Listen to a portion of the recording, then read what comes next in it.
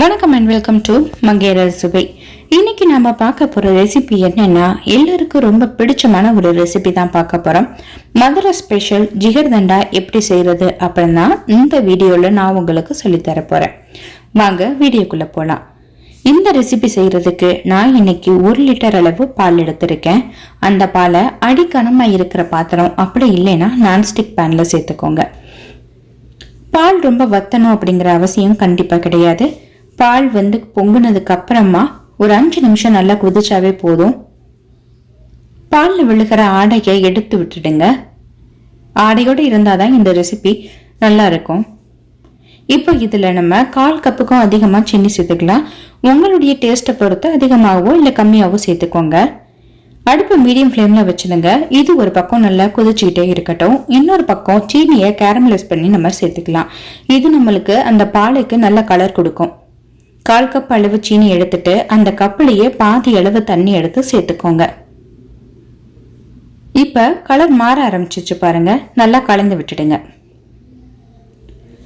இந்த மாதிரி கலர் மாறினதுக்கு அப்புறமா வேகமாவே இந்த சீனி கரிய ஆரம்பிக்கும். அதனால அதை கொஞ்சம் கம்மி பண்றதுக்காக இதுல நம்ம தண்ணி சேர்த்துக்கிறோம்.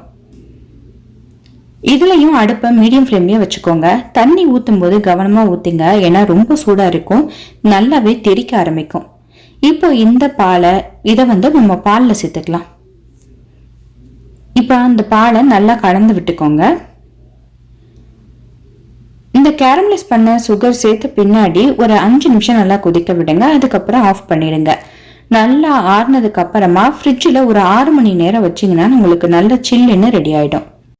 இப்போ ஜிகர்தண்டா எப்படி செய்யலான்னு பார்த்துடலாம். இது பாதாம் பிசின், அப்படி இல்லைன்னா கடல் பாசின்னு சொல்லுவாங்க.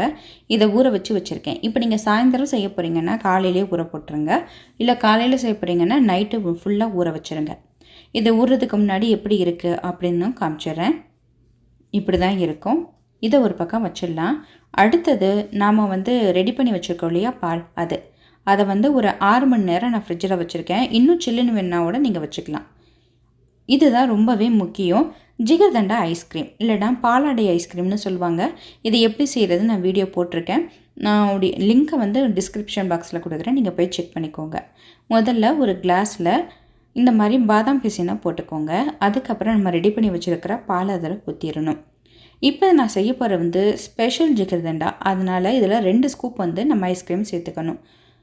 பாதி பால் சேர்த்துட்டு அதுக்கப்புறம் ஐஸ்கிரீம் போடணும். இதுக்கு மேலே இன்னும் கொஞ்சம் பால் சேர்த்துக்கணும். அதுக்கப்புறம் அது மேலே ஒரு ஐஸ்கிரீமாக வச்சிடணும்.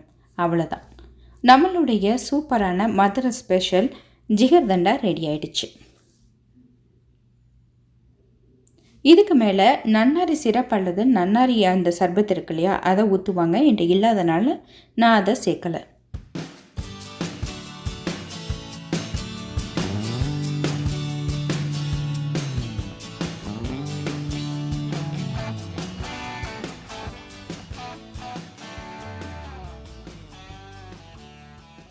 நீங்களும் உங்கள் வீட்டில் ட்ரை பண்ணி பார்த்துட்டு எப்படி இருந்துச்சுன்னு உங்கள் கமெண்ட்ஸ் எனக்கு போஸ்ட் பண்ணுங்கள். குறைகள் எதுவும் இருந்தால் அதையும் நீங்கள் கமெண்ட்டில் சொல்லலாம். இந்த வீடியோ உங்களுக்கு பிடிச்சிருந்தா லைக் பண்ணுங்கள், உங்கள் ஃப்ரெண்ட்ஸுக்கும் ஷேர் பண்ணுங்கள். மறக்காமல் மங்கையர் அறுசுவையை சப்ஸ்கிரைப் பண்ணுங்கள். இத்துடன் உங்களிடமிருந்து விடைபெறுவது நந்தினி பாலகிருஷ்ணன். நன்றி, வணக்கம்.